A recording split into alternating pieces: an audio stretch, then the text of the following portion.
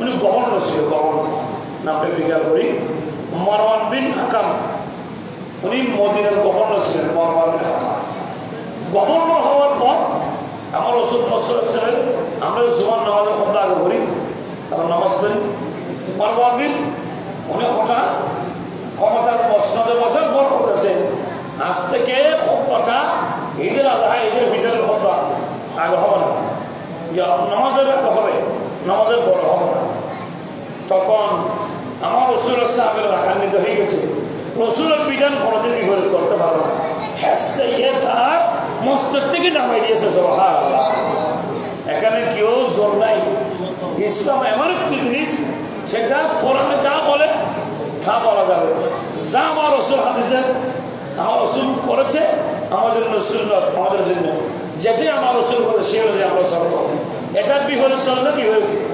যেমন আল্লাহ পক্ষ থেকে হিসাবে একজন গভর্নর হওয়ার পরও মারওয়ান বিন হাকাম ওনাকে গভর্নর থেকে ট্রেনের সিটে হেসটাই ফেলে গেছে কোথায়, তার মস্তক থেকে। সুবহানাল্লাহ। এমন একটি বিধান আমার রসুল আমাদেরকে দিয়েছে। তাহলে কেন এই আপনার ঈদুল আদহা, ঈদুল ফিতর, তাহলে নামাজের বড় খতবা এবং পবিত্র জুমার খতবা নামাজের আগে। কিন্তু ঈদুল ফিতরের মতো ছিল, জুমার খতবা ছিল যে ঈদুল ফিতরের সময়, তো গভর্নর এটি আসবে না, আমি রাখবো কেন ঈদুল ফিতর ঈদুল আদহা, এটা রসুল করে দিয়েছে। জুমাতে এরকম ছিল, জুমাতে পরিবর্তন করা হয়েছে। যখন আপনার মদিনা শরীফের ব্যবসার কাফলা সিরিয়া থেকে আসছিল, তখন অভাব হয়ে গেছে মদিনা শরীফের প্রতি। তখন দাহিবনে কাবির নেতৃত্বে ব্যবসায়িক কাফলা আসছিল, ডোল ফুটে মিলিয়ে ব্যবসায়িক কাফলার আগমন, ব্যবসায়িক কাফলার আগমন যখন বললো, সাথে সাথে আমার রসুলকে মিম্বার নদী ফেলিয়ে সাহাবা কেরাম ব্যবসা দেওয়ার জন্য চলে গেল। শুধুমাত্র 12-11 সবচেয়ে 10 জনের কথা বলছে, যাদেরকে আশারে মুবাশশারা বলা হয়েছে। মদিনা শরীফ মসজিদে নববীর মধ্যে আমার রসুল তখন খতবা দেওয়া অবস্থায়, তাহলে ঈদুল ফিতরের মতো খতবা ছিল।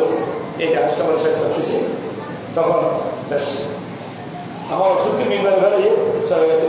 তো এই আমার রসুল মিম্বার খতবা দেওয়ার পর বলেছে, আবু বকর, ওমর, ওসমান, তালহা, ওবায়দা ইত্যাদি জুবাইর সবাই জান্নাতি। সুবহানাল্লাহ।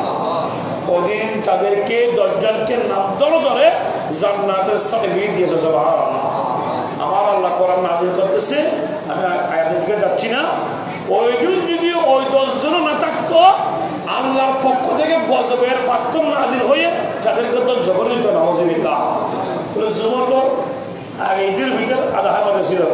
তাহলে সাহাবায়ে কেরামে আমার রসুলকে মিম্বার রাখার পরে ফরজ জুমা থেকে আমার রসুল বলতেছে, আর কি হবে না, নামাজ আগে হবে না, খুতবা আগে হবে, নামাজ পড়া হবে। সুবহানাল্লাহ। আল্লাহ আমাদেরকে বুঝাতে পারতেন। আমিন। ওয়া আখিরু আলহামদুলিল্লাহি রাব্বিল আলামিন। আসসালামু আলাইকুম ওয়া রাহমাতুল্লাহ।